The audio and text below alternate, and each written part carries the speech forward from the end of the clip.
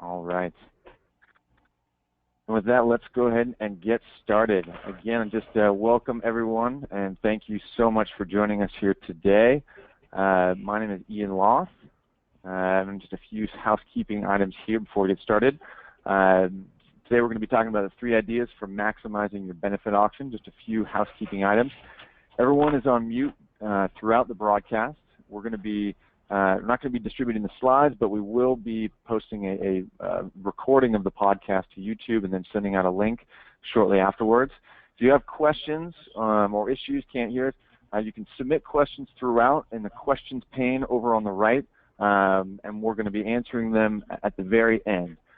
So if you have any question that pops into your head while we're talking about it, please go ahead and post it into that questions forum, and we'll be sure to discuss it during the Q&A at the very end. You can live tweet us.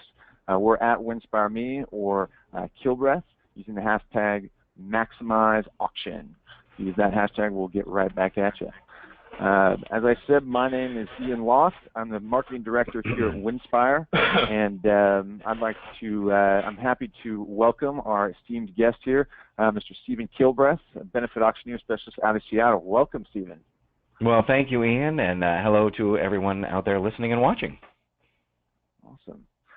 Great. Well, just a really brief overview of what Winspire is for those of you who don't know.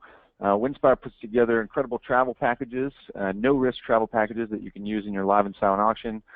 We've raised in excess of $38 million for nonprofit causes since 2008. We've supported over 28,500 events globally, and we've booked well over 60,000 satisfied winning bidders, and that's increasing each and every year. So that's what we're all about, and we're excited to talk about auctions here today. And Stephen, why don't you tell us a little bit about where you're from? Well, I grew up in the San Juan Islands, north of Seattle, and certainly still live in the Seattle area, and I am an auctioneer. I've done it for about, 20 years. Since the early 90s we've been doing auctions, and I have a couple of auctioneers that work for me and a staff of about 7 or 8, and we do about 50 events per year, mainly in the Seattle area, but I do some in Sun Valley, some in the Portland area, and in other areas as well. And I was in broadcasting in Seattle for quite a while too, so my background is broadcasting. I can't do real estate or cattle auctions. If you ever needed somebody to do that, that's not my thing. I didn't go to auction school, but I do think charity auctions is a completely different animal, as we will discuss, than some of the other types of auctioneers that you may have seen.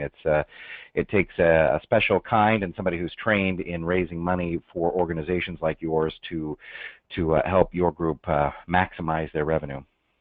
Absolutely. Yeah, benefit auctioneer specialist is a very important distinction that Stephen has and other auctioneers around the country have, and they specialize in raising money, and that's why we're talking about it here today. Well, you talked about the benefit auctioneer specialist, and that's yep. A designation through the National Auctioneers Association, which means you have to continue going through training and be up to date on the ideas. And there's a very small handful of us who have the BAS designation, and I think it just keeps you more relevant and up to date on all of the latest trends and ideas. Because what works in Seattle may not work in Nebraska or Florida or wherever. So. Absolutely. Or any number of the swing states. Yeah. Any number, right? Rust Belt, right? Right. We got people from all over the country here today, so that's we're right. very excited to be speaking to you all.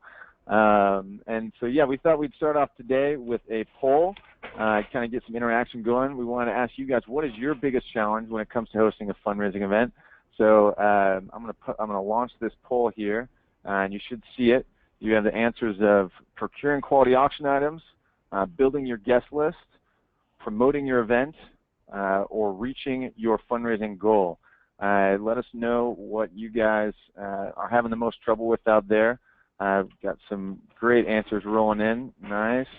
About half of you voted so far. Wow, okay, very interesting. This is sort of what we thought, and it's why we're going to be talking about it here today. I'm going to share the results here very shortly and show you guys. You guys have 5 seconds to go. Vote. 3, 2, 1, and I'm going to share those results.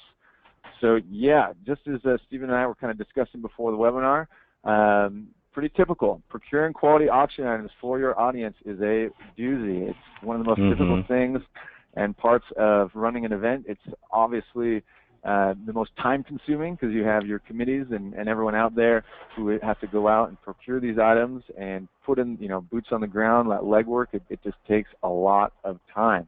So luckily, we're going to be talking a little bit about this here today, auction item procurement. So let's move on here. Hold on.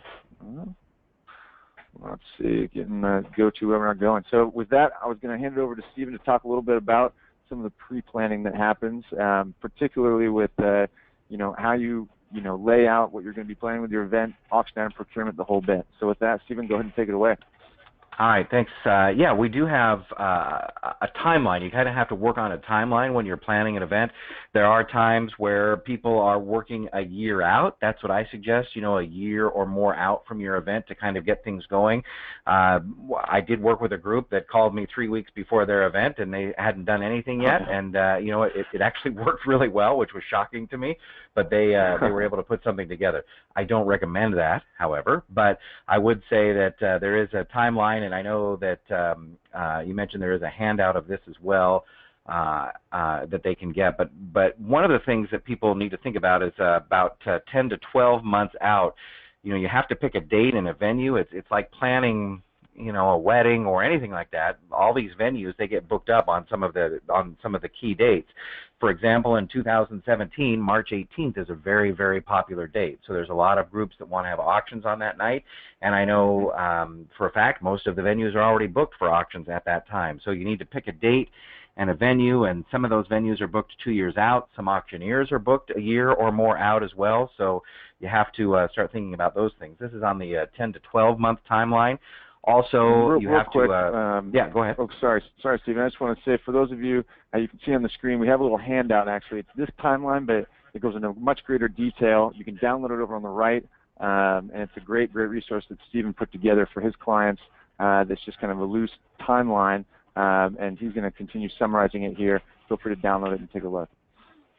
And, in that timeline, 10 to 12 months out, you do have to hire your auctioneer. You have to select an auction chairperson, make sure that that person's going to be able to answer questions and, most importantly, make important decisions. So a lot of your groups, maybe there's an executive director or something where that role is already filled, but if you need somebody that can actually be a leader and be able to make decisions when there's one of the, and this is kind of fun, one of the groups I worked with, we had meetings, and it was more of a social gathering, and no decisions were ever made in those meetings because it was like, oh, let's pour the wine and have fun and talk about the event.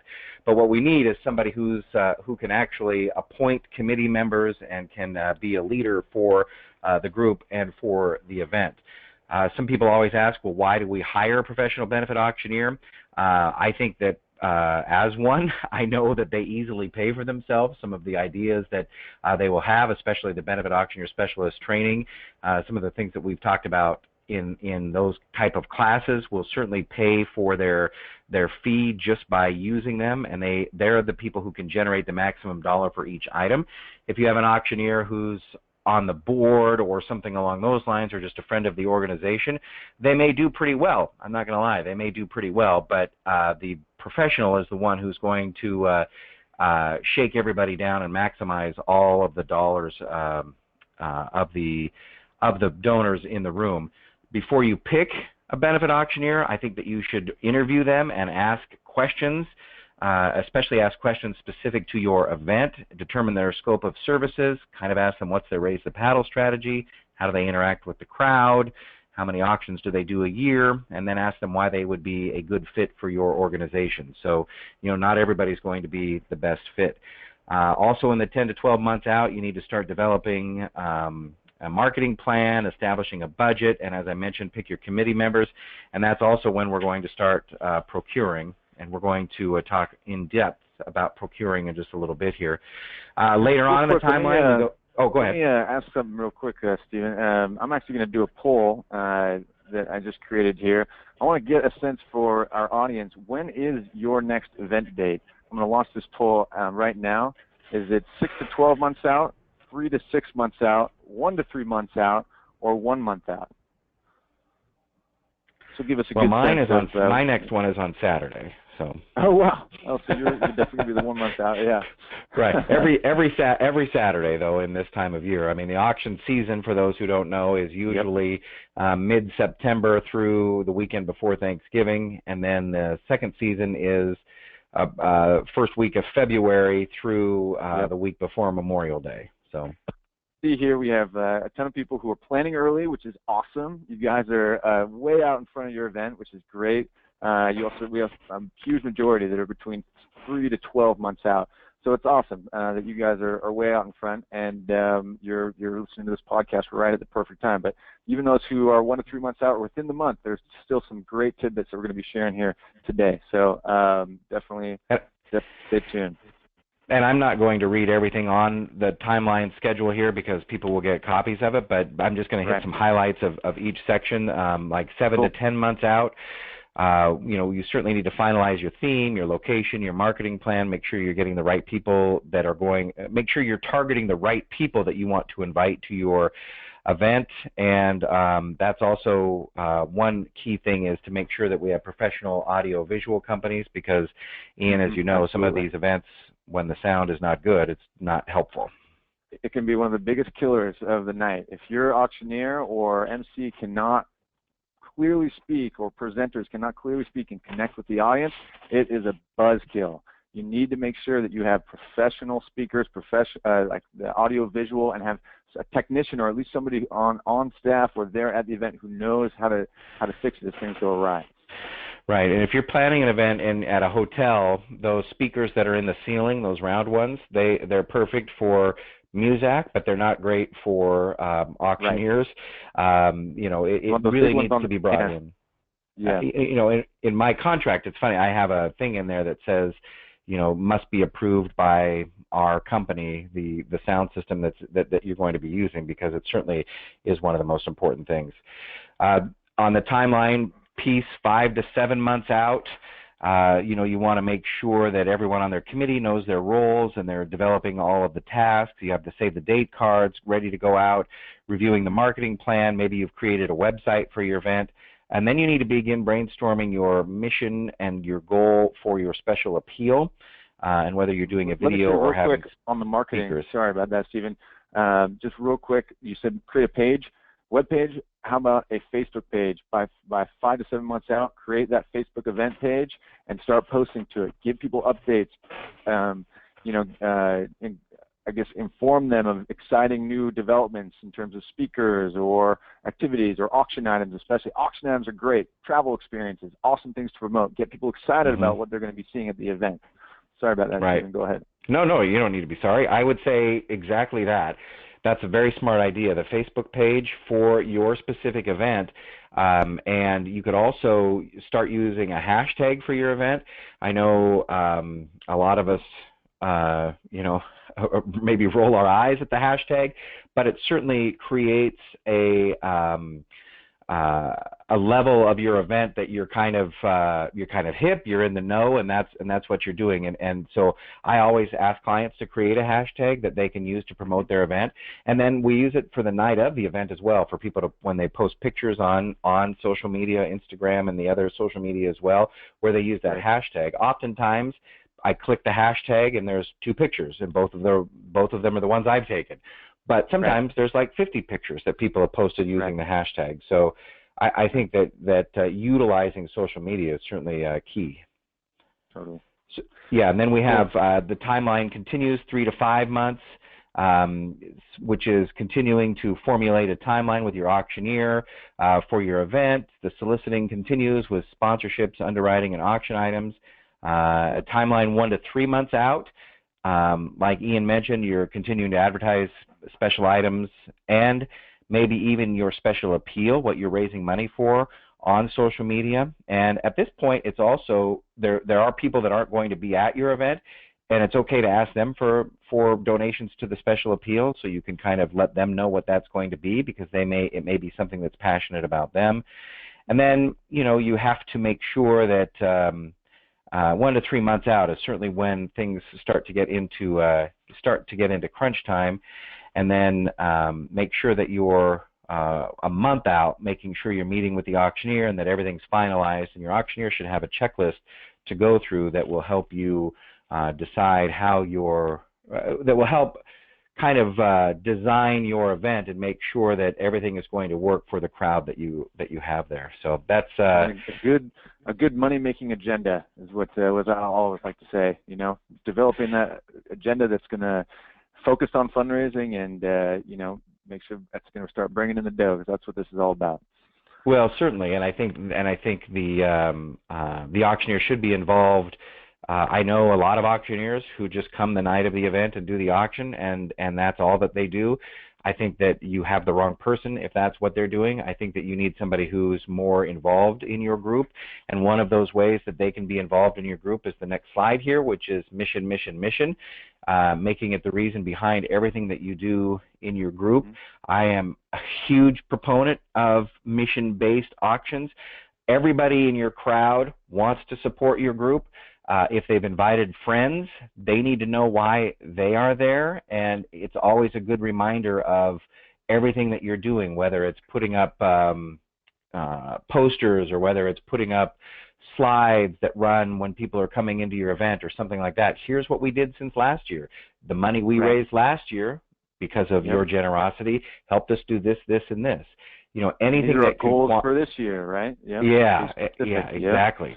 I mean, anything that can quantify what we did last year is important. And I look at everything as if I were a guest, and I would like to see that. If I did, you know, 500 on Raise the Paddle, I'd like to see, you know, because you, not me specifically, but because the group did this, we were able to get 40 more hospital beds for our clinic or something like that. You know, that's. I mean, mission, mission, mission, and they're already in the room. They want to support you, so give them emotional reasons why to continue to do that. Totally.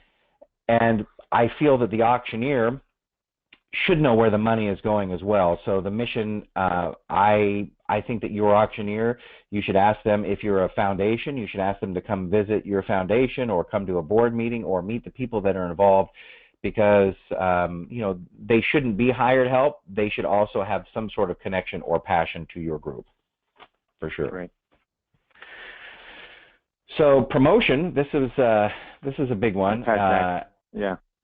As we get the right people in the seats, and I know that a lot of people have concerns with that, and I think in marketing. As Ian mentioned, making a Facebook page, and again, that goes back to your message. Do you have other things that you should put on the Facebook page, right? I mean, there's just so much that you can use that for. You can really use it for anything. That's what the beauty of a Facebook page is, and your Facebook feed. And everybody is on Facebook, people. Like, everybody. Twitter's one thing. You know, it's kind of, you know, especially for your demographic that you're targeting is typically older. Not going to be so much on Twitter. Everybody is on Facebook, so you should be on there with your event. Put your event logo up there and just start posting about the event. Post about your mission. Post about what you're trying to accomplish. You know, the great thing about it is, you know, the posts aren't going to be, you know, show up in everybody's feed, but if you do land a post that gets some traction, gets some likes, it's going to start showing up in people's feeds. So you're not spamming people. You can post as much as you want, and people are going to follow it to their heart's content. And hopefully, if you can create some good content that's going to get people excited, like you start promoting the auction items, travel. We have our travel packages here at Windstar that people promote on their Facebook pages, and they just are great. Those are about your mission, about, hey, we just scored this speaker for the event. Those are all wonderful things. You can post links to invitations for people to purchase tickets. Social media is huge, so create that event Facebook page and just have a blast with it. I know you're already on there anyway, right? I know you guys are all on there checking your phones anyway, so you know, might as well create a Facebook page for your event. Yeah. In fact, I was just looking now at Facebook updating. So. Yeah, exactly. Another thing I wanted to touch on here with promotion too is definitely use email. You guys have your database of donors. You have their email addresses. You can use services like Constant Contact or MailChimp. You know, don't be blasting them from your Outlook, you know, BCCing everybody. You should be doing a campaign from an email service provider that has a cool looking template so that it looks official, and you can explain the event. You can have a call to action that links to purchasing tickets, because that's ultimately what you want to do. You want to drive tickets, but also you can use it to promote auction items. Again, just like on your Facebook page. The key here is to keep people informed and get people excited about coming and spending money at your event, because that's what it's all about. Well, it's about the mission, but it's about fundraising too. Right, right. Well, I mean, obviously we know that it's about fundraising for sure, but I would say, I would add to the Facebook thing, when you are promoting it, if your organization has a Facebook page, then you can share it on your personal page, and then you can also tag. I would tag organizations that are supporting you. Say, hey, we just got a, I don't know, a Safeway just bought a table at our event. Yeah, exactly. And then you tag Safeway, and then you get more views because of that, because that's the Facebook algorithm. If you tag people, then it gets shown in more things. Or the Safeway people, in my example, it's a bad example, but the Safeway people, or local then shop, local, there's other businesses, local businesses who all have Facebook pages. Tag them, interact with them, go post on their page. Especially if you have there's a difference between a Facebook event page, right, that you can invite everyone to, and then there's your organization page.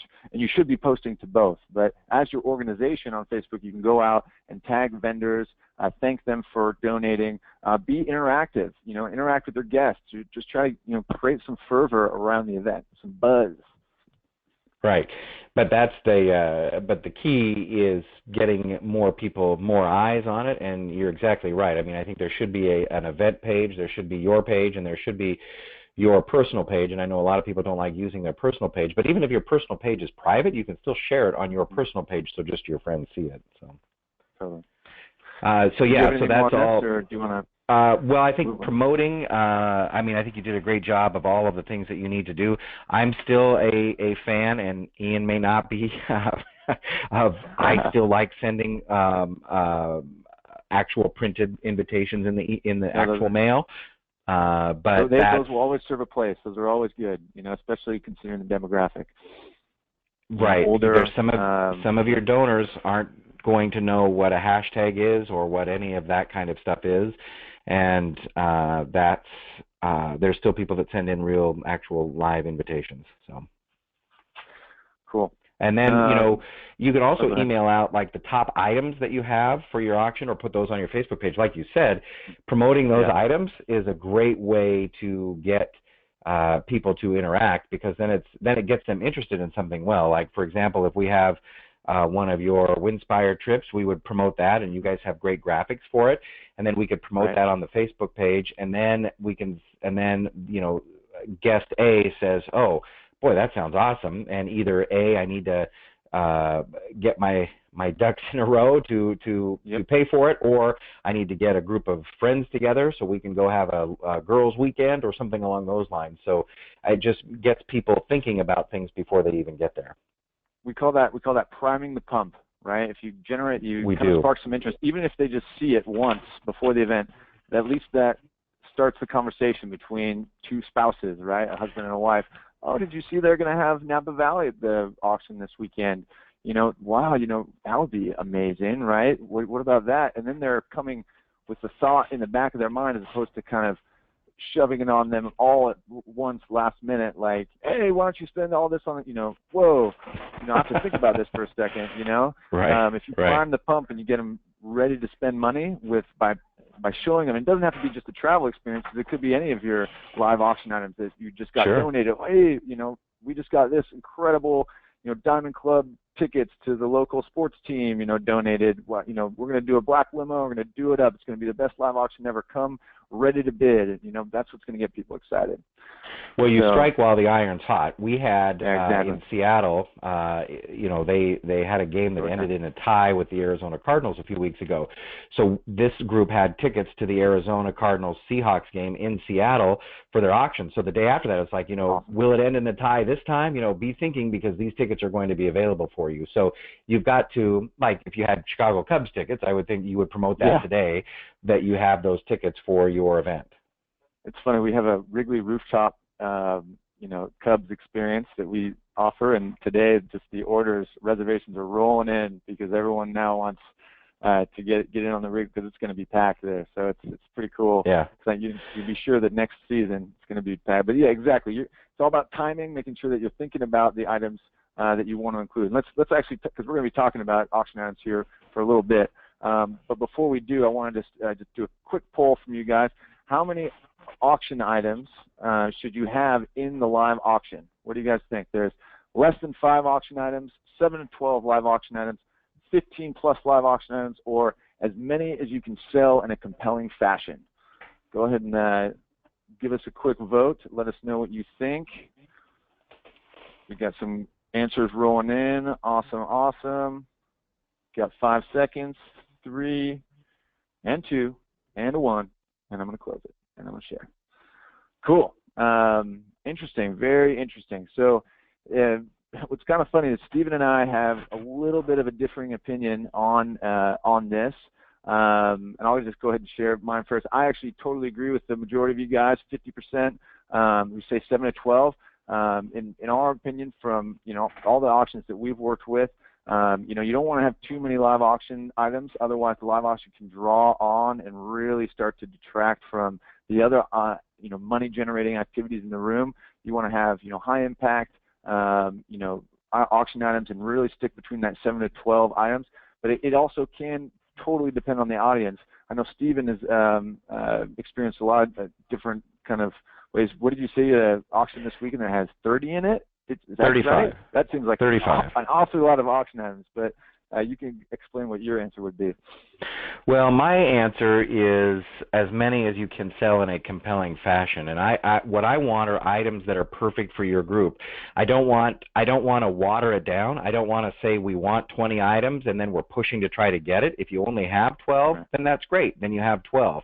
But if you have auction items that are that your audience is going to be interested in, and there's at least 2 people that want them, then they can be in the live auction. And I go through every item people have, live auction or silent auction, and kind of put things together and ask questions as to why they're in the live auction. For example, and this is no offense to anybody who's a chiropractor, but a chiropractic service for $5,000 is a great value, but you're not going to make that in a live auction. So that's something I would pull. I would rather sell, a $500 dinner with Ian and Stephen, then that doesn't cost us, anything, or something like that, because you can sell that in a compelling fashion. I mean, maybe not, but you understand the point. In a very compelling fashion. It would go for twice as much. A dinner with Ian and Stephen. Right, but the point is that and I will say my auction this weekend is a school, and they are struggling with the fact that they don't want to have school projects outside of their live auction. So maybe 80% of those items are school items, whether they're class projects or something of the sort.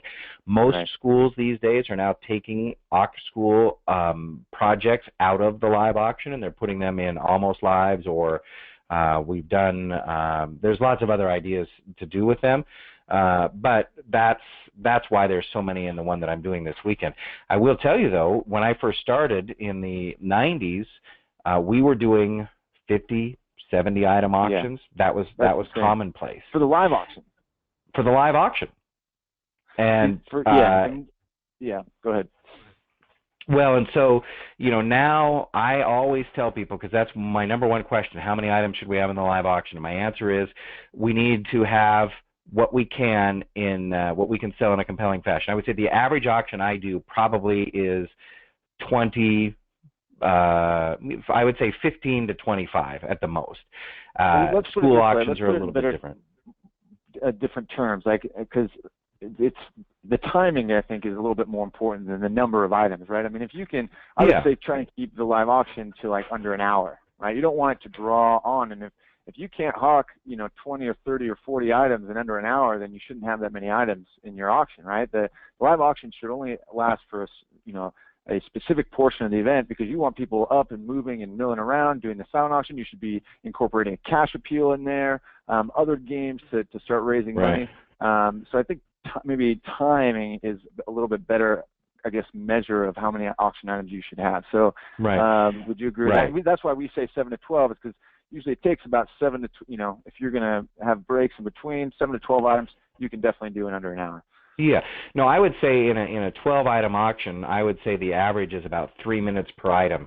In a 35-item auction, it's about 2 minutes per item. So I certainly sell them quicker on a longer auction than I would a shorter auction, because I would include the crowd more often in the shorter auction. Because I have the ability to do that.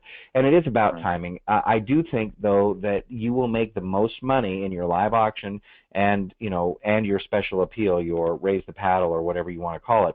Those are the two things where you're going to make the most money. There's no question about it. So, while we have all of the other revenue enhancers for the folks, because if you have 200, say you have 200 guests and you have 12 auction items, it's not 12 buyers, it's probably 10 buyers, because one buyer is going to buy 2 items. So then you have 190 other people who aren't buying something in your live auction. So that's what you want it to be all-inclusive for everybody. So our jobs as auctioneers is to make those other 190 people feel like they're part of the event, and it's easier to do that with the less amount of items there are. I also, we talk about that too. We talk about how, you think about your audience. You have the top 15%, which are your VIP guests, wealthy, you're going to come around, throw a lot of money around. Those are the people who are going to be actively engaged in your live auction. But it's only about 15% of your audience, right? And you have about the bottom 15%, which are the non-participants. Those are typically guests of guests, people who aren't normal supporters of your event. They're not going to spend anything, right? But then you have that middle 70%, that 70% chunk that you still have to have good products and good items for, so that they can bid on. And that's really what the silent auction is for, and it's you can really use the silent auction for that. And then there's also things you can do too, where it's like, and you mentioned something similar, but the super silent auction, where you have a separate silent auction that's for more exclusive, bigger priced items that maybe didn't quite make it into the live auction, but they're better than your silent auction. You should be setting those apart, putting behind a red rope, and making, putting some fanfare around it. And we call that the super silent auction. That's another place where travel experiences do really, really well. Yeah, I agree with you, and I think one of the things you can do to add to that on the super silent is a couple of groups that I've worked with. We've put a time limit on it where we say the silent auction is open from 5 o'clock when the doors open until 6:30 or 7. Well, the super silent is only say from 7 to 7:30, so it's fast and furious. You can view them, but you put a time limit on it because it is an exclusive thing. So it kind of also adds another little element to it. I love it. And I wouldn't say all of these ideas work for everybody, but they're just ideas that both Ian and I have experienced at these events. So, and more on procurement. More on procurement. I love what it says there. Get what you want. It's not a garage sale.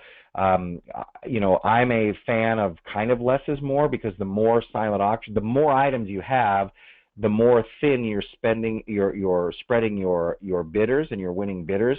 And I always think of it as incidents of spending, and what I don't want is for them to spend less and raise the paddle because they think that they have spent too much during the pregame activities like silent auction and all the other kind of stuff.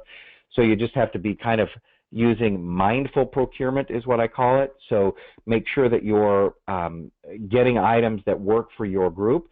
Just because it's donated doesn't mean it needs to be in the live auction. And if there's something that's been selling for very little every year, there's no reason to keep asking for it, because it's not doing you any good to have that. People put a lot of work into the silent auction, and it doesn't bring back a lot of return. Most of my auctions, probably 80% return on a silent auction. The national average is like 50% actually on the return of value, which is, that's a lot of work for that low of a return of value. Especially when the price points are so low, right? Like if you're having these $40, $50 baskets that take you, 2 to 3 hours per to put together, that's not a good, and then you're going to sell it for maybe 75% of that. It's just not worth your time versus spending that same amount of time going out and hotly pursuing the items that are going to sell for a much higher value, right? And a good kind of rule of thumb too, as far as I love what you said about the number of items. What we preach here and talk about as far as not creating a buyer's market where you have more items than there are guests, so everyone just goes and bids once on each item, and that's called a buyer's market, where the supply is much higher than the demand. You want to create a seller's market so that the competition over the items is increased. And the way you can do that is very simple. You talk about the number of buying units in the room. And a buying unit is a couple. It's one wallet, right? It's a husband and a wife, or a husband and a husband, wife and a wife for that matter. But it's one buying unit. So you just take your guest list and you split it in half. That gives you a rough estimate. And then you split that in half again to give you the number of items you should have. So if you have maybe 400 guests, 100 items. Or am I doing that right? Does that sound about right? Maybe it's that not. sounds about right. So yeah. Yeah. So 400 would be 200 bidding units would be 100 items. Yes. Exactly. Yep. So think about it coming that way. Because that creates the demand. I mean, that creates your prices will go up in your silent auction in that case. And you know, there's one. Well, yeah. As we're talking about procurement, I would hold a wish party with your board or your PTA or the people on your committee or whatever, and say, you know, because a lot of people are very auction savvy. They go to a lot of your donors, a lot of your board probably goes to several events a year. So say, what did you see at other events? What did you like? What would you buy? What's interesting to you? Right. And then you go after those items. So if they want, you know, Cubs tickets, but what they really want is that patio party, you know, they saw that at an event, then you go, you find out how to get that. And those are things that you need to just kind of be mindful and go after what is going to sell for your group. And you can go year to year, and for my clients, I keep a spreadsheet of what items sell for each year. And if things are on the decline, then we don't go for those items. Things on the rise are local vacations, things that you don't have to fly to, local things within driving distance, and unique places that people don't normally always go to. So you know, that's the kind of thing, and those things are kind of on the rise as well. These trips that have everything already taken care of for you. Uniqueness of those trips are things that are going to be something that you just can't buy somewhere else, because it's special to your event. You know, those are the kind of things that are going to sell. So and that's what you have to go after, and you have to figure out the best way to do that. And you know, you can hold avoid items. The last thing on this was avoid items that appeal to a specific taste. Like we do auctions sometimes where they say, well, the board member really likes this and they really love it, and I'm like, well, it's not going to sell very much in the live auction, so hopefully they will buy it, and then, you know, they end up buying it. So, you know, that works out okay. But that's it's just mindful procurement. That was a long way to go about saying that, but that's basically what mindful procurement is. No, I love it, and I love what you said about a wish list party. We wrote a great blog post on that. It's also in our ebook on our website that you guys can download for free. It talks all about hosting a wish list party, getting your committee in a room that's, you know, separate. You know, make it fun. Get some food, get some wine, get some Chardonnay going, laughter, and have everyone open their Rolodex. First, start that wish list, writing down every possible idea, and then in a separate column, write down all the contacts and everybody's contact books, and you can start connecting dots, right? And then you can start really planning your procurement strategy and figuring out, you know, what you're going to pursue, because it's all about how best to use your time. And I repeat, you know, the gift baskets are great, but think about how much time you spend putting those together and what sort of return you're getting off those. And you get a bunch of donated items. It's important to use everything that you can, but just don't be, you know, you can still cut items out of your silent auction instead of putting them all out there, because, you know, you really want to be sensitive to that. So, and one thing we always like to ask, would you rather take a donor out to, you know, lunch the following week that paid, you know, $50 on a gift basket, or $5,000 on a travel package, right? And that's why, you know, travel is something that's so huge. It's so unique, and everything is because, you know, people are gonna spend money on it, and it's because you're dealing with these sophisticated buyers. You know that these donors are people who are going to spend money, and they're only going to buy what they want, right? As Stephen said, they know it's for a good cause, but, you know, it's not a garage sale. They're also coming and looking for things of value. They're trying to get a good deal. And I will say, people oftentimes say they're looking for a good deal, and I don't think they're looking for a good deal. I think that they're looking for what they want, and most of the people in the live auction have the spending capacity to where they're not looking for a good deal. They're looking to support your cause and then get something out of it. Yeah. I know you didn't mean they were trying to bargain basement people, but But that's the thing is the people with the spending capacity in the live auction. It doesn't matter that it's overvalue and that because they're just donating to you. Right. But they're only going to end up spending the money if it's something that appeals to them. Right. Exactly. They're not just going to buy it just because they don't want it to just end up in their garage when they get home. They actually want to be excited about it, and so do you guys. You guys want excited donors as well. Speaking of these, real quick, I'm just going to touch on travel budgets because these, like you said, these people have the spending power and they have these philanthropic budgets, but they also have these travel budgets, and those are the budgets that they use for vacation every year, and those are already out there. And just to give you an idea of what kind of money people are spending on travel, 58% of Americans save money specifically for travel, and as Stephen said, we know that in a charitable setting, it's much, much higher than that. So you guys, we often underestimate the giving power within a room. Well, this more than doubles the giving power if you take into consideration people's travel budgets, because $600 billion was spent on leisure travel just in 2015 alone. So that's one of the reasons why we got into this business, is because to help nonprofits secure travel for the events, just because it is such a popular item. We survey every single winning bidder that we service, and about 83% of them, which is a huge majority, say they set aside at least $5,000 a year each year for travel. So that's money out there that you can keep targeting. These are folks that travel a ton, right? About 2/3 of our winners travel at least 3 trips per year. More than half travel 4 trips per year. These are, I wish I was a wealthy donor. I'm not quite there yet, but maybe someday. Hopefully I could be going on 4 trips per year. But these are things. The point here is that people purchase travel, so that's why travel is such a great item to have in your auction, whether it's consignment travel that Windstar offers, or getting it procured yourself. You should be going out there trying to get those local experiences, like Stephen was mentioning, because it's really, really important to tap into that uniqueness and that popularity that travel presents. That being said, travel is inherently risky. You never know when people want to travel. You can get these donated items that can end up just following through. I'm sure many of you are familiar with the situation where the board member, right, has their vacation condo. They've donated it for the last 3 or 4 years. It's been going great. Somebody spends a lot of money on it at your auction, and then they go to use it, and it's for sale, right? Or maybe it's going under renovation, or maybe there's blackout dates. This happens so often, and that's part of the reason why Winspire went into the business of helping nonprofits with no-risk travel, and that means you don't pay for anything unless it actually raises money at your event. So you have these packages with a package cost. You can put it in your live auction. You can sell it as many times as you want, and there's no cost unless it's actually going to raise money. So I just wanted to throw that in there. It's a very popular item. There's a reason why we can give these webinars, and we talk so much about the tactics and the strategies associated with live auctions.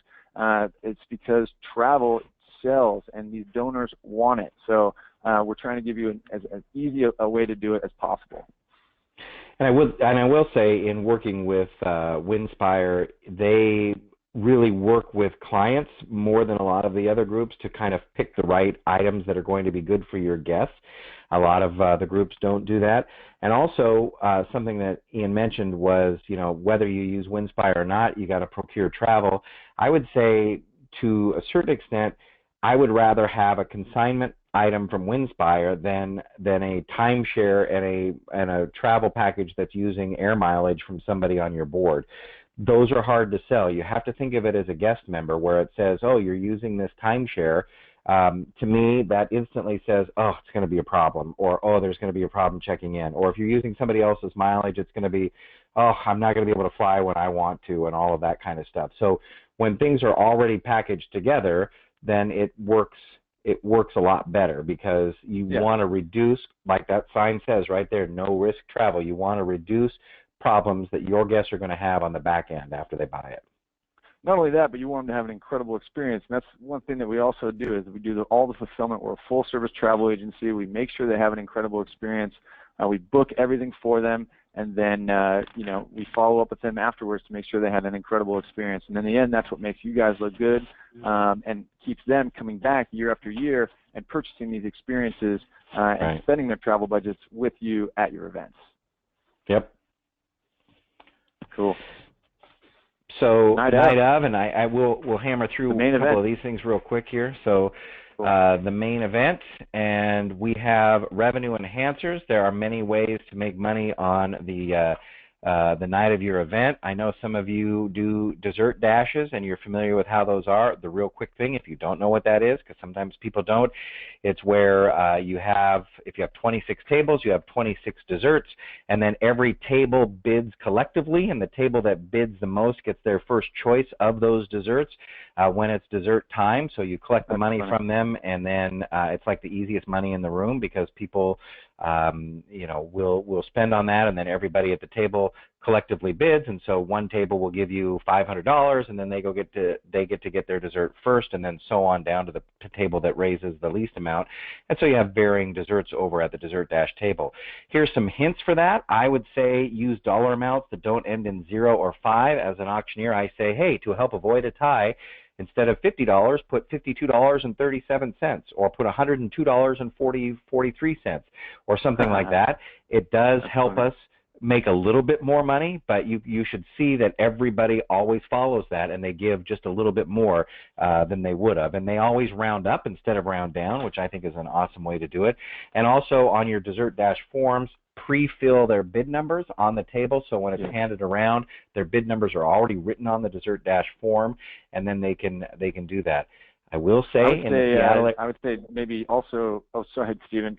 Would you recommend pre-filling bid numbers on all bid sheets, not just the dessert dash, but all the silent auction bid sheets? No, I meant pre-fill. If your bid number 106 and you're at table 10. I would put bid number 106 and then table 10 on there.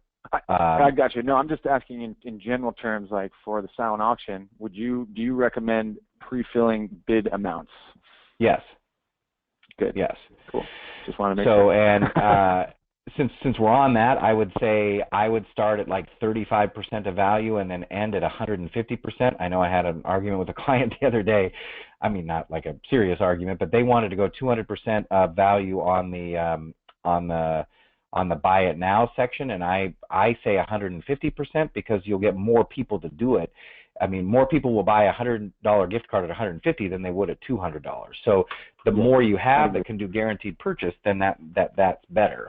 So that's just a silent auction tip there. For the dessert dash, I would encourage desserts that are non-traditional, like Krispy Kreme donuts, or maybe it's a cheese plate, a fruit and cheese plate, or maybe it's something, put some funky things in there. In Seattle and in Colorado now, I have discouraged, make that clear, I have discouraged the pot brownies, although I did have a client do it once, but that's, those are things that, oh yeah, they sold, but I didn't. I just looked the other way, because it's one of those things, because you don't want to, even though it may be legal, you just don't want to offend people. So, but there's lots of things that you can do. There's wine with wine. There's wine grabs, wine pulls, wine wheel, wine bingo, wine wall, wine cork. It goes on and on. Yeah. I'm sorry. Yep. I said wine trees, where you can build a wine tree. Yep. So revenue enhancers include gift card frenzies, raffles, 50/50 raffles. There's so many different ways that you can do raffles. There's raffle bags, where you sell a limited amount and everybody opens them at the same time. That's similar to the balloon pop thing, which sometimes people have issues with the balloons popping, so that's why I don't recommend that. There's golden tickets, where the winner wins one item in the live auction. I like to do it unrestricted. I don't like to say it doesn't include items 4, 6, and 8. I like to make it unrestricted. There's I know we're going through these really fast. Do you have maybe a sheet that lists all these somewhere? I'm sure people would love to see that, because we could distribute that afterwards. I know there's a few in there that I'd want to know about. I can get it to you. Yeah, I don't have it at the moment to give to you, but and then there's the in the silent auction, there's a thing called it's called many different names, but it's the client I had last weekend called it a blue line frenzy, because they were giving away, the winner was getting a big Seahawks package of like $600 worth of things, and so Yes, go Hawks, indeed. So we put a blue line at about 80% of value on the silent auction, and then anybody who bid on that line was entered into the raffle. So whether they won the item or not, they were entered into the raffle, but it's just to encourage people to bid more on the silent auction. So blue line raffle.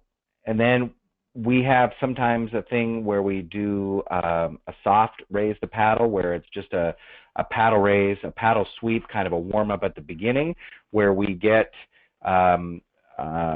like my example is for senior services, we had for a week of Meals on Wheels for a senior, it cost $26.17 for a week. So for our purposes, it was $25. And so we said, $25, you can feed a senior for a week. Who wants to feed a senior for a week? And everybody in the room put their card up, and some people said, I'll do a whole month. And so it's just a way, it's a low-level price that we're probably not going to do in the regular special appeal that everybody can participate in, and it raises a lot of money right at the beginning, and it's kind of a warm-up. And the final thing on revenue enhancers is a lot of people have been doing heads or tails.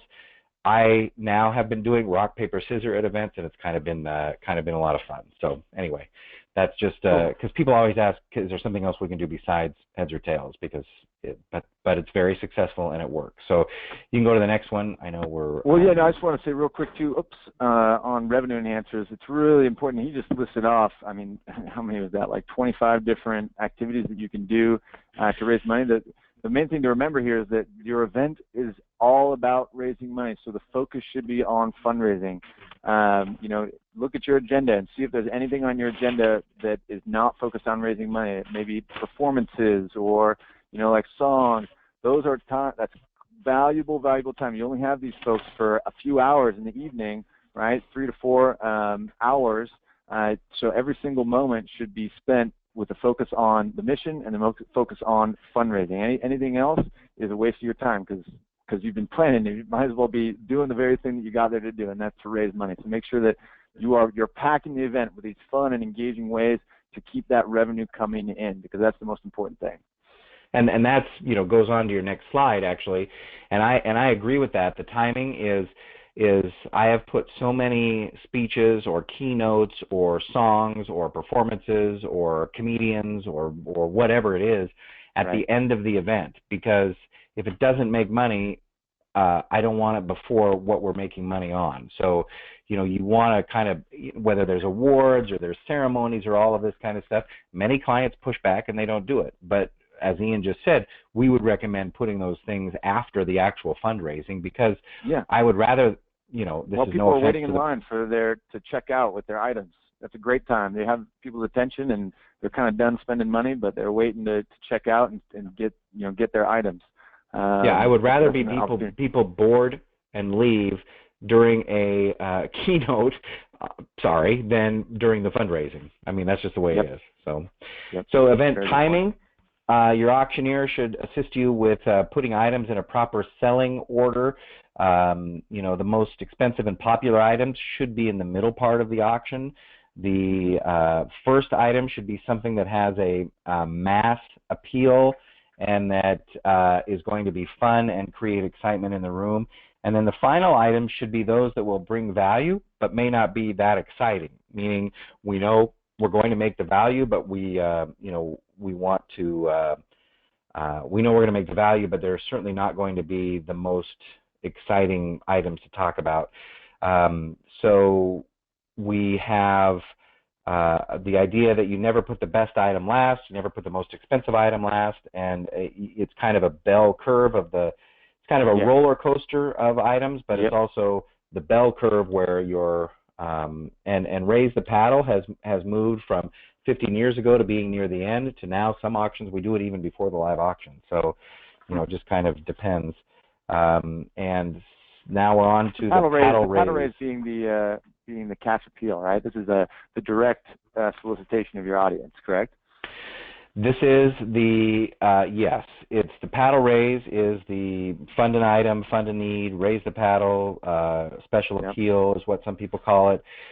So there's a lot of different things to do with this. I like to strategize at each level of where we need to go. So what I get from clients is they say, oh, we had 8 people at $1,000 last year. Well, how are we going to get 2 more people to do 1,000 to get us to our goal? So each level has a goal. So simplistically, if your goal is $1,000, how many people do we need at each level to get us to that $1,000 goal that we have? And is it doable? There's certainly lots of ways to do it, but we have, I like to strategize at each level. So at each level, then I can say, oh, well, to reach our goals tonight, to make sure we get these 4 new hospital beds in the clinic, we needed 5 people at 1,000. We're at 4 right now. All we need is 1 more to do it. So you can kind of make it a game and a contest. Years ago, paddle raise was kind of somber and maybe not as exciting, but now you still can have fun with it. And there's also things you can do near the end of it that will increase your money. There's something called the runaround, where we and I'll just use the event I did last weekend. We had Monday Night Football Seahawks tickets. The Seahawks play this Monday night, and we said the last person to bid $100 will get these Monday Night Football tickets. And so from when I introduced it, we had like 36 other people do $100, and that's $3,600 for a pair of Monday Night Football tickets. Now they're good, but they're not that good. So so you can kind of make a contest out of it, and you can also add stretch goals to things where you can make it a contest as well, and just saying, look, we will be at our goal if I can get 100 people or 50 people to do $100.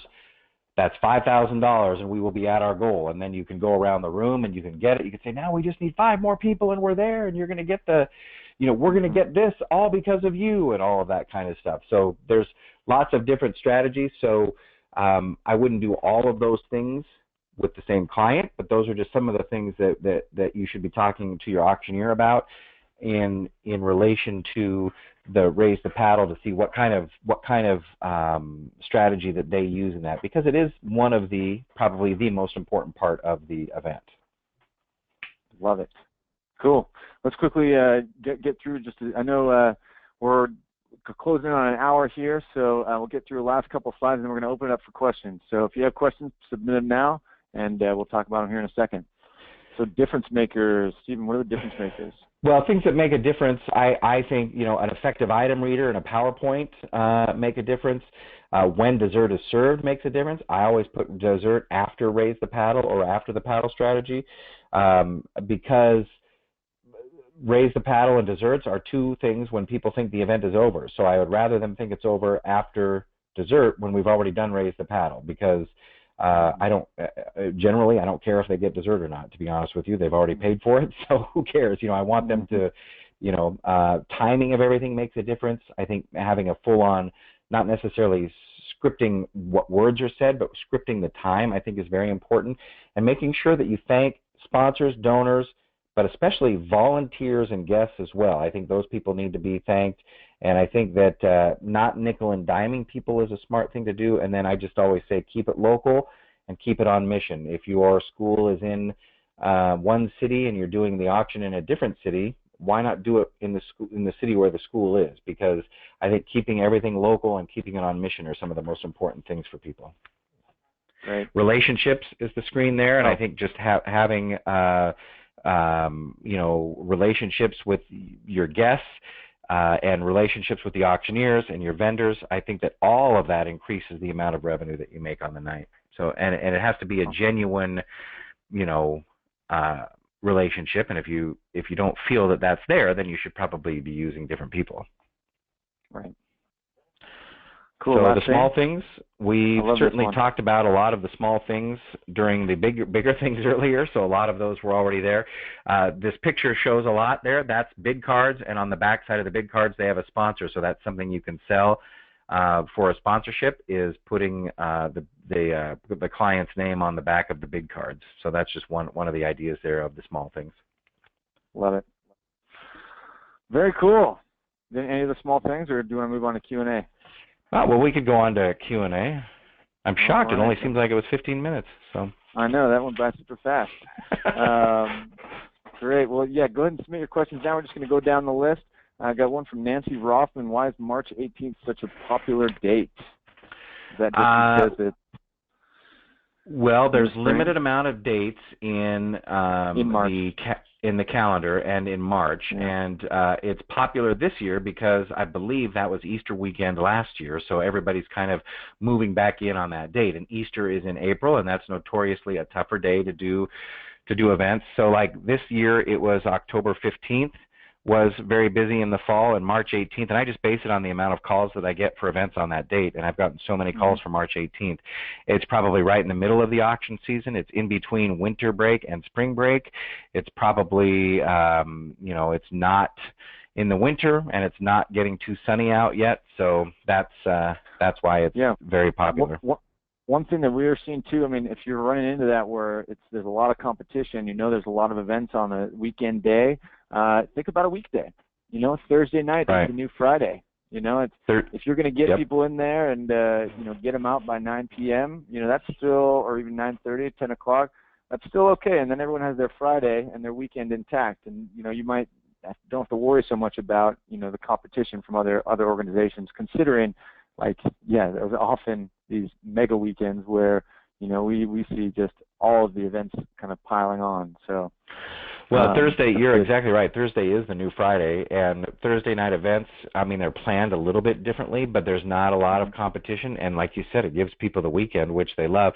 That's the same as Friday, but what happened is that why Friday has moved to Thursday is because venues started charging the same amount for Friday events as they did for Saturday. So typically people were doing Friday because it was cheaper, but now you have to move to Thursday to get the cheaper deal. Yep. Yeah, like you said, it's also cheaper. That's great. This is an interesting question from Megan Woodham. Our current auctioneer is familiar with most of our attendees, and he does an excellent job. We know in the next couple of years, but we have to find a new auctioneer. Do you find that an auctioneer who doesn't know the crowd is at a disadvantage because they don't know which bidders they can pit against each other? Interesting question. I do feel that an auctioneer not knowing some people in the crowd is at a disadvantage. It's why I go to board meetings. It's why I and others auctioneers that I know go to board meetings, and we because I want to know those people. My one great example of this is, I was at a meeting and the guy, I was talking to him, and it turns out that he and I went to the same school, PLU in Tacoma, and so at the auction I was like, hey, there's my friend from PLU bidding on an item right now. That's awesome, So yeah, and it also shows the crowd, hey, this auctioneer knows us and knows our people. I think you could have an auctioneer who doesn't know people that can be very successful because you certainly can pull people in and have a good time. But that's I work with a lot of groups who feel that way, and I've worked with a lot of groups who have had somebody like that who have gone on to hire me because that relationship. Sometimes it's good to freshen things up or something along those lines. But if you're still making money, then there's probably, and still the values of your items or the percentage of your return on your items is still growing, then I'm sure that it's probably fine. Yep. Yeah, and that definitely, I mean, a good auctioneer will be going around and before they get up on stage, smoozing and introducing themselves and getting to know the crowd. But as Stephen said, that's great, even days or weeks before, just getting involved with the board and getting to know the audience. They should at least know what the audience is like and what they want. They shouldn't be, diving in, sight unseen. That's definitely important. This is a great one from Kathy Dowd. On a scale of 1 to 10, how important is a theme? The client that I'm doing Saturday has a theme every year, and they are it's a school, and the majority of the crowd dresses up. So they've had 80s night, they've had 80s movie night, and I dress up as well. So like I was the Karate Kid, and I was Elvis one year, and I was awesome. I was a guy with what do you call those pants? They're really soft, like velvet pants or something along those kind of. How important it is in terms of raising money, though? I mean, is it more about getting attendance, or do you think it actually, helps with getting people in the money spending spirit? Well, for example, on the event that I'm doing Saturday, I think people do spend more money because of that theme, because they're having fun, because they're dressed up with all of their friends. Now, it's not going to work for everybody. If you have a foundation, it may not work because people may not dress up. Schools are much easier to do themes, dress-up themes, because for the most part, a lot of the parents already know each other. In foundations and other groups like that, it's harder. But I do think that there should be some sort of theme. One I did a couple weeks ago was, underneath the same or beneath the same sky or something along those lines. It's a theme that really it embodies their organization, but it doesn't really mean anything to the guest. If you have a theme like Italian nights where people aren't going to dress up, then if you do have that theme, I would say, well, then everything should relate to that theme. Like you should have a trip to Italy, you should have Italian cooking classes, you should have, Italian, anything. Tuscany with couple hunts, yeah. Right, or a trip to the Venetian in Las Vegas. You should relate those kind of things, which I'm sure you guys have plenty of those things. Yeah, but with that you can kind of pigeonhole yourself too. So in general, I agree with you. I think it's a good way to if you know your audience is going to get into it and do it, then it's absolutely a great way to kind of tie the event together and get everyone on the same page. But it's not for everybody. You can not for everybody. And I would say, for the most part, the people who dress up, it's schools. I would say other groups that try to do it, they may not have as high as participation. Right. Got a question here from Nancy Rothman. What about Instagram? Absolutely Instagram. Any channel in terms of promoting your event, actually, any marketing channel you have the manpower, the bandwidth to be on and be pushing out content, the better. Instagram is a fabulous way. The nice thing about Instagram is that it's connected to Facebook. So if you post a photo on Instagram, you can connect it to your pages or your group's Facebook page, so that when it shows up, or your personal page, so when you post on Instagram, it automatically posts to your page. But it's a great photo sharing app for those of you out there who aren't familiar with it. Definitely another great way to promote auction items or pictures about your mission. Right. Agree. I want to have let's see here. I want to have complimentary tickets sent out to our large sponsors. We have a Monte Carlo night. How many travel trips should you have in your live auction? From Pat Kogan. How many live auction or how many travel trips you have in your live auction? We usually recommend between 3. Depends. Like if you're taking that 7 to 12 model, we recommend between 3 to 5. Is usually a good number. You don't want it to be all travel items, but they do sell really well. And you can always sell, any package multiple times. So, you don't want the entire, like I said, you don't want the whole thing to be travel. You want to have a nice assortment, but definitely get a good assortment of 3 to 5 travel packages is always good, because then you can have experience for, the women out there. You can have a male-oriented one like NASCAR or Flat Fighter Pilot for a day. The women might like the shopping experience, in New York, or, everyone might like, Hamilton Broadway tickets, which has just been a huge seller recently. And who doesn't like to go to Napa, right? So there might be something for everyone out there, but if you have, good 5 number of 5 experiences, you can have a good variety. Susanna Ramirez, let's see. Excuse me, Tracy Ginger. Do you guys normally close your silent auction after your live auction? No. Why not? I don't like to do that. There are groups that do it that way. I just think that once everybody's in the main room. Now, oftentimes, most of my auctions, there are a room for a silent and then the main room for dinner.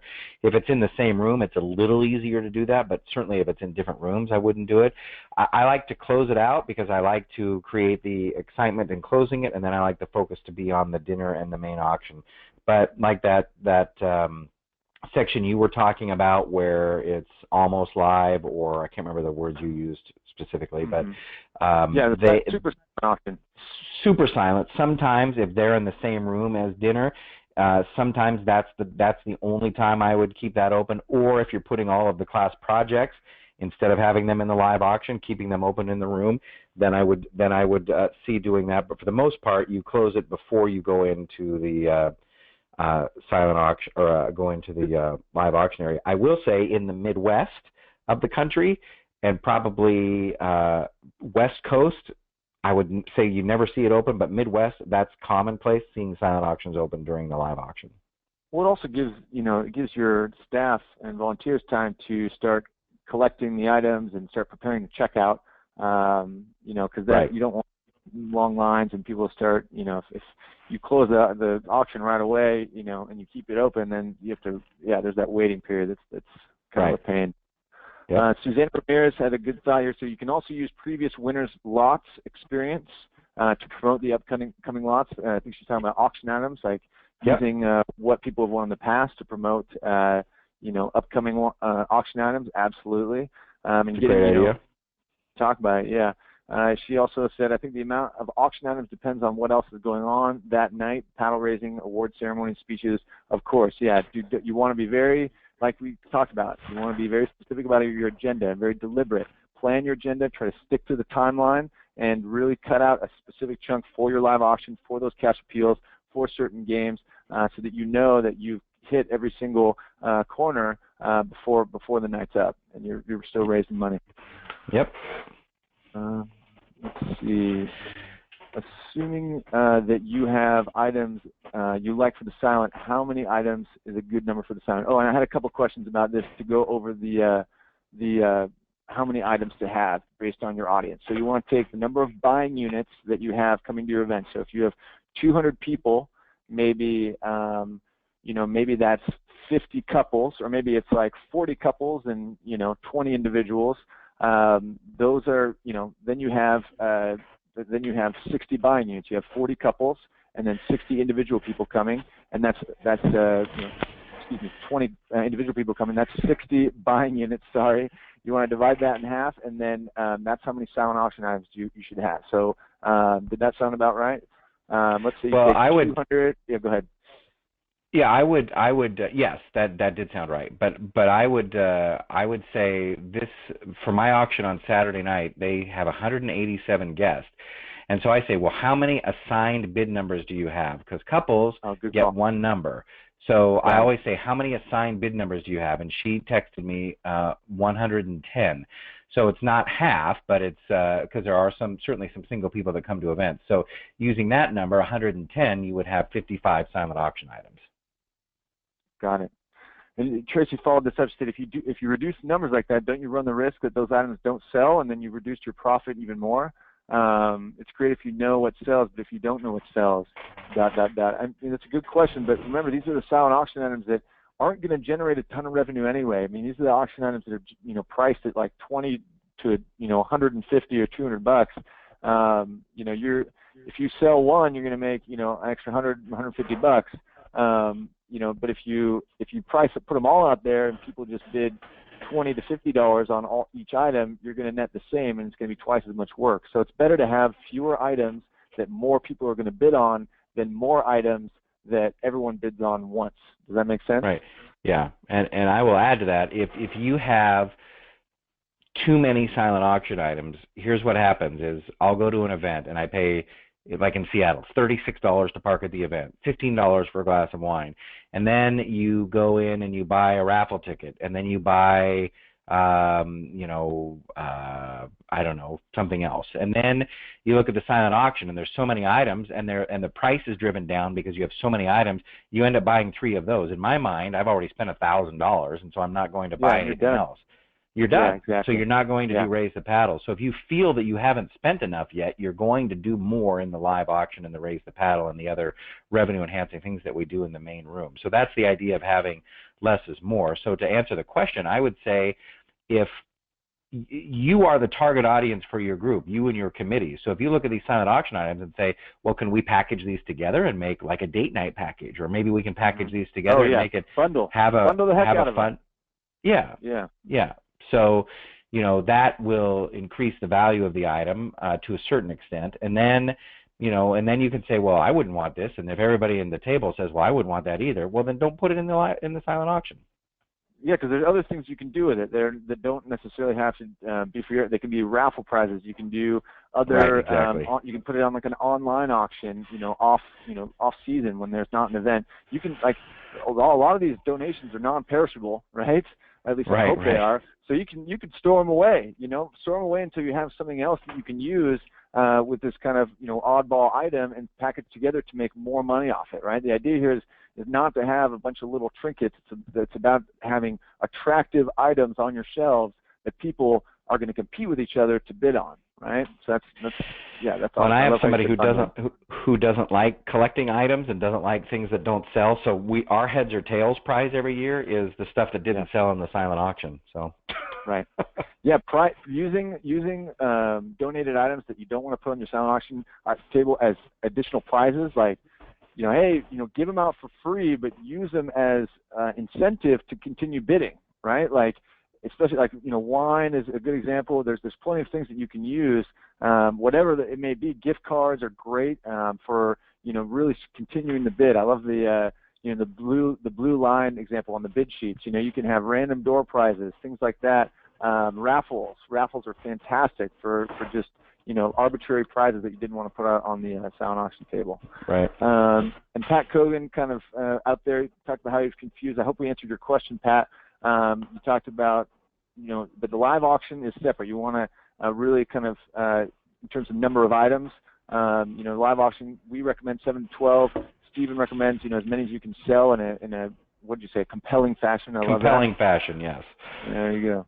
But that doesn't mean you need a lot. That just means, right. Generates excitement. The biggest thing is you don't want to let it draw on. You don't want people to start checking out and getting bored, looking at their watch, looking at their phones. You want people to be engaged and excited so that it encourages participation. From Tamara Burnett, are there any other names for the super silent auction? We are looking to rebrand ours. That's a good question. I have to think about that one. Well, that's almost live is what I call it. I mean, almost live. That's the wording I use. That's probably the most common one. Those are the two that I've heard most commonly used. Cool. Got a couple questions on about electronic and online bidding from Rachel Knight and Ann Mole.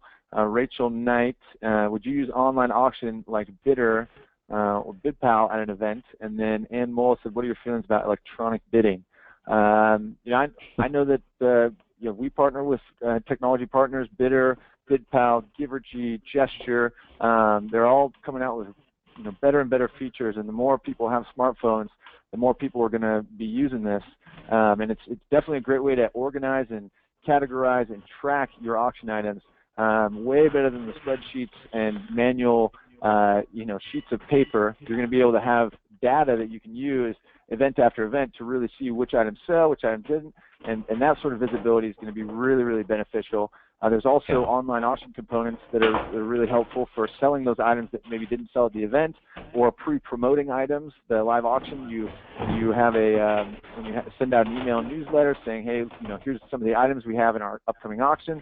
So you can have a link that goes to the online auction to show the items. You can pre-bid. You can start bidding before the event even starts. There's a lot of options that you have with this sort of bidding technology and mobile bidding. Some of them even have like text-to-give campaigns that make it really easy for you to text on your phone and submit a donation that way. So there's a lot of benefits, and I think it's definitely moving more and more in that direction as time goes on. So definitely go out there and check out your options. What do you recommend? What do you think, Stephen? Well, I don't like it for live auction or special appeal because I like the interaction with the people better. Silent auction, I think it's okay. The one thing I would check is to make sure that the auction can close when you say it's going to close instead of a set time, because oftentimes I'll have a client say to me, well, you need to keep the silent auction open 5 minutes later because there was so much traffic. And then we do that, but with mobile bidding, it just automatically closes at a certain time. So those are just kind of things to remember when doing that. But it's been successful at a lot of events for sure. So that's also make sure that you go into your venue and confirm that there is Wi-Fi. that there's good service or Wi-Fi, or yes. it's very easy for everyone to connect to, because it would be a nightmare for everyone to show up and not have any service and unable to bid. So definitely scope that out. And the final thing on that for me is there are guests who don't like it because they like the paper bidding, they like to see how that's all playing out. So if you are going to do it, to make sure that you have bid assistance with iPads or something like that that can help people bid or help them how to do it, because oftentimes people just don't understand it. Maybe they don't want to understand it. That could be, but you just have to be prepared for that. Good. We got a lot of questions to get through here, so we're going to try to do it here. From Laura Lewis, we are going to do a silent live auction, and the committee thinks fund the need is too much asking, giving the ticket price also. What are your thoughts? I mean, I would say you absolutely need to do a fund the need or a cash appeal. That is probably one of the most important parts about a fundraising event. They are there to give money in support of your cause, and not everyone will participate, but the few that will are likely to contribute a lot of money, but they're not going to do it unless you ask, and that is key to running a fundraising event. The worst that can happen is that nobody raises their hand, but I guarantee you, if you give a emotional story about your cause, you're talking about what you're doing for it, and you ask the audience directly, there will be at least one person who will raise their hand, and then that one donation begets more donations. So they're not going to do it though unless you ask, and that's the most important thing. On a special appeal, is that what you're talking about? Yeah, special appeal, fund the need, cash appeal, right. Whatever you want to call it. I've only done one event in 20 years that didn't do a raise the paddle or fund the need special appeal, and they were adamant about not doing it. And I would say that if you will have more than one card in the air, because everybody knows that's why they're there, and it's your time to tell everybody, this is our mission, this is what we need the money for, here's what your donation is going to do for us. And that's one time everybody to participate. So there you go. That's good. I like it. How many different revenue enhancers do you recommend at an auction or at an event, if you just have to give one number? Well, I would do we have the live auction, we have the silent auction, we have the cash appeal, and then that's 3. What else? Maybe 5? Maybe 2 more. Okay. Depends. Again, it's the same thing as my example of saying, I came to an event and I spent this much money. If I buy 5 raffle tickets, do a wine grab, do this, do that, it's like it adds up, and it's too nickel and dimey, and you need to pick things that will be perfect for your group. I say 2 extra. Most people probably do 3 extra, but I think less is better. Cool. But you have to have them, because you have to have low ticket items for the majority of your crowd can't spend $7,000 on a live auction item. So you need to have something for the people like me and Ian to buy at your event. From Casey Schonnebaum, if we send digital invitations, should we send printed save the dates? I would say yes. Yes. I would definitely have something in the mail.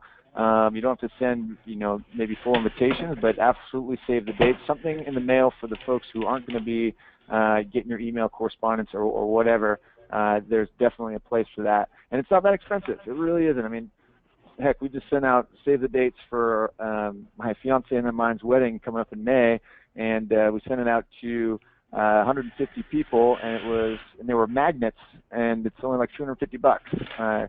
So it should be too much. So definitely have that. Well, congratulations. Oh, well, thank you. We're very excited. What content do you advocate to include on slides during the live auction? From Brendan Siegfried. Great question. Images, pictures. When you're promoting a live auction item, pictures speak 1,000 words. Obviously, you want a good title for the item, and you want a brief description. But let the auctioneer talk about the specifics. Don't list it in bullet points. You can have maybe 3 bullet points about it, but let the auctioneer do the selling during the live auction. Let him paint a picture. Let him really, get people wrapped up and build that perceived value. It's all about the perceived value, regardless of what the package may cost out in the real world. Maybe it might cost $3,000 to fly to Napa Valley and stay at a hotel there, but what people don't realize is this additional experience where you get to meet the vintner and get a signed barrel and talk about the story. That $3,000 package with a very real cost of $3,000 could go for $5,000 to $6,000 if the perceived value is built, and that's what the auctioneers are just so good at doing. Stephen, I probably shouldn't be the one speaking about this, but yeah. Right. No, but you said everything correctly, and I would not put the you don't make it wordy at all. Pictures.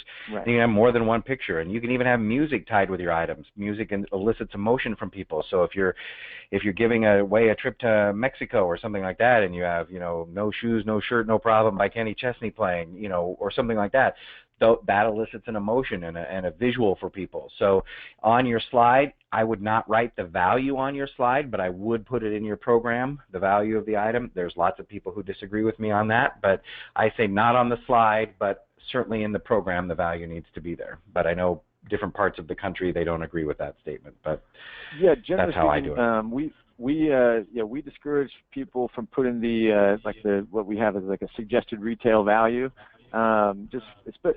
Particularly for travel items, just because that can put a ceiling on how much they'll actually end up bidding.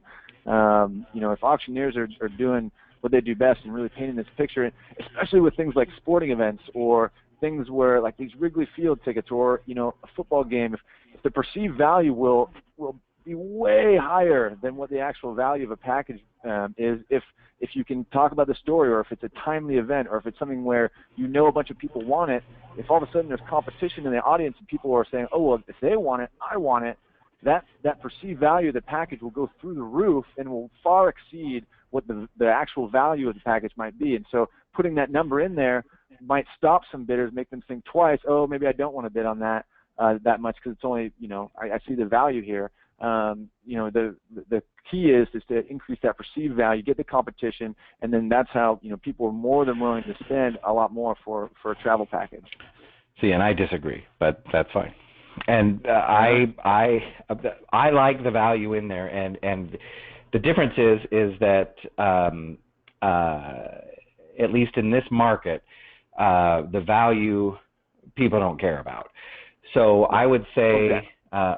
I would say that it has helped me more than hurt me because, yes, there are people who will stop when they see the value, but for the most part, they're not people who are buying the items anyway. So right. the putting the value in where it helps me is if somebody doesn't understand how valuable it is, I can say, look, it's a $10,000 value. Or it gives me the opportunity to start higher than I would have wanted to because the value is written in there. So that's the other side of putting the value in, is that it can help make people understand how valuable it is. So that's just a different way to think about it. And but actually they're one and the same. I actually agree because there's things that have like very intrinsic value, and then there's things that it's really hard to put a value on it. Maybe the audience doesn't know.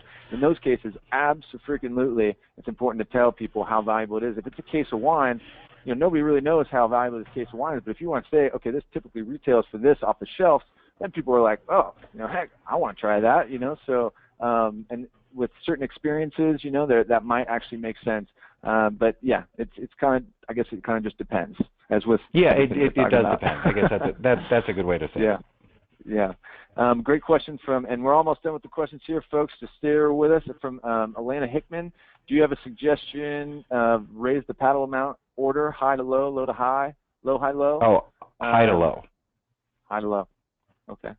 Yep. And I do. When we're going through it, and I would say 15 years ago we did it the other way, but now you go high to low, and I don't care if there's nobody bidding on the highest amount. Sometimes you just throw it out there and try it, but that's part of the strategy that we all work out together, and how we're going to. I mean, this is the one thing I really work a lot with the clients on, because I want it to be perfect, and I want them to make as much money as they possibly can in this part of the program. So, you start high, and then you just kind of build the excitement as you go. Great. Sorry for not getting to everyone's questions here, folks, but we're We want to get just a few more in. Got a good one from Josephine Long or Barb. Let's see. What is the best way to procure non-consignment items? You know, we have a great ebook out there and a starter kit with that you can both download for free on the Windstar website. If you just go to windstarme.com, we have a donor letter and donor template that you can use to go and get items, which is great. Let's see. I'm going to say, let's see. We get unsolicited items. We get unsolicited items that we just won't sell to protect our silent auction real estate. What is the polite way to decline? Like we mentioned earlier, you don't have to decline. You can accept it, but you just may not use it in the event. And I understand that there's kind of some the donor egos that you want to protect, and you know, it can be kind of an awkward situation. It's like, where's the thing that I donated? Stephen, do you have a recommendation for that? Well, I would say before soliciting items in the first place, you need to say that, you know, you need to word it in a way that says we're not necessarily selling this at the live auction or at the auction or at the silent auction or whatever. Oftentimes there are people who will donate it only if it's in the live auction. Then, of course, politically you have to do that. Most of the time, donors aren't going to care. They're just donating to your group anyway. So if it ends up going to, you know, a family in need at your school or you know, something like that, it's going to be okay. Or if it's a volunteer prize or something like that, it's going to end up being okay unless they're specifically doing it. The time I ran into an issue with it was when a school, a private school, they require everybody to donate a certain thing, and then people say, well, where was my thing in the auction? So this, you know, so they have to package things together to kind of make that work, because sometimes people are donating things that you don't really want to have in the auction, which is the question here, is what do you do with that? And I would say it all starts from how you're procuring it and getting it in the first place, and making sure, you know, instead of saying you have to donate an item valued at $200, say, hey, we want to put money together for a trip to Tahiti or something like that. You know, instead of giving us that, would you donate money towards that? Because oftentimes people are just donating stuff that they didn't want. I mean, how many times do we take a bottle of wine over to a friend's house that we got from somebody else who came to our house? I mean, that's what you do. It's the same bottle of wine that goes to everybody's house. But that's what you don't want. You don't want those kind of donations. Great. From Lord, I don't know if that answered that properly, but it's just how you're procuring in the first place. And I'm sorry that this is running so long. I know that we're keeping you guys. Again, we're going to be sending out a recording of the webinar after it's over, hopefully this afternoon or tomorrow. So if you can't stick around for the full question and answer, that's totally fine. You're going to be able to view it and at a later date. I figure we can maybe ask like 3 or 4 more questions, and then we'll let you go. From Laura Gearhart on travel live auction trips, what price should you start the price? Specifically for consignment, we have the nonprofit cost. We always recommend starting at least 20% above the package cost, so you get a good return. That's a 20% markup, and then going up from there. That's really important. Let's see. Do you have, let's see, why even have silent auction? Let's see. I'm sorry, guys. How can you get your board more involved in the event? What role should they play maybe at the event to encourage more bidding? Do you have a good answer for that? Well, the board should be very involved in your event, and if they're not, then I question why. Yes, they should be very involved in your event. And one of the things that I do as auctioneer is I work with the client, and I say, I will come to a board meeting. Tell me what you need your board to do. Do you need them to procure? Do you need them to send the right people? Do you need them to donate? Do you need them to do this? And then we kind of steer the conversation towards helping you out, because oftentimes they get tired of hearing from you. I'm sorry, that's just the way it is sometimes. So if somebody comes in as the auctioneer and says, hey, we need you guys to step up and do this. This is what we really need from you. Then so I work together with people to kind of hammer those messages home. Yes, the board should be involved. It should be I'm on the board of an organization, and it should be maybe part of the requirement that they bring in people who are going to spend money at your event or things of that nature, there certainly should be some sort of participation clause in their agreement with you, or something along those lines. I don't know if that answers the question properly, but I think that the board being involved, I think to be able to say 100% of the board is here tonight, 100% of the board donated tonight, is an awesome thing to be able to say. Got it. I love it. I had a great question from Nancy Rotham. If I have two different bidders for a Windstar trip and both are above the minimum bid, can we allow for the item to go to two winners? Absolutely. That's one of the best ways to make money on consignment items, is selling multiples. So if you have a $2,000 package that, you know, the bidding reaches, let's say $2,500, and you still have three bidders that are actively bidding on it, you can stop the bidding, sell it to them all for $2,500, and net $1,500 on the sale. That's one of the best ways to raise a ton of money using consignment packages. Again, sorry, Kate, for going so long over. I know you've got to get back to work. I'm glad to hear you want to not miss anything. We're going to wrap up here shortly. Let's see. How do you prep the auctioneer so that she knows enough about an item to present it properly? With Windstar items, we have plenty of materials that they should be look over full details about the experience that you can give them, along with pictures and posters that you can print. But Stephen, what about for other items? What about for donated items? Well, I approve catalogs before they go to print, so I know all about the items before the catalog even gets printed. And for me, I ask questions like, can it be sold multiple times? This item, I've never, I don't know how this is going to sell with your group. What's the history of this item? How is it going to sell? So I ask, I ask a lot of questions because the worst thing is being an auctioneer and they say, well, how many people is it for? And then I'm like, I don't know, right. How many people do you want to have it for? Right. Speaking of the flyer or the auction, do you recommend? I got a couple questions here about an auction catalog. One should you have a flyer at each table listing the travel package details, or details about all the items in your live auction. I can say that what I've heard out there that's usually good is an auction catalog is a great idea. It can be a ton of work, way too much work than it's worth if you try to list all of your auction items, like the silent auction items. It really only makes sense to do it for your live auction, so that way people can start looking at it and planning and preparing to bid for the live auction. And if you only have 7 to 12 items, then that's a very manageable document to create. And just a side note, we have a great free auction catalog template that you can download off of our website. You go to u.winspireme.com, check it out. But what are your thoughts, Stephen? The only reason you would put silent auction in a catalog is if you're mailing the catalogs to the folks before your event so they can look through it. But other than that, I wouldn't even do it then because the cost of that would be astronomical in my opinion. But I don't think that there's any reason to have silent auction stuff in a catalog. Is there any disadvantage, this is from Alana Hickman, is there any disadvantage to not having a catalog at all? I think there is a disadvantage to not having a catalog because I think it's helpful for people to follow along. Excuse me.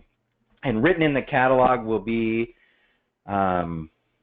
like the trip to Cannon Beach, Oregon. Say it's available all year, but it's not available Memorial Day weekend. That's something that I probably will not say as the auctioneer, but it has to be written in the catalog, so they have to have that information. Of course, if you didn't have a catalog, I would say it, but we want that stuff to be written in there. Or if it's like it can't be used on any day that starts with T or something like that, those kind of things.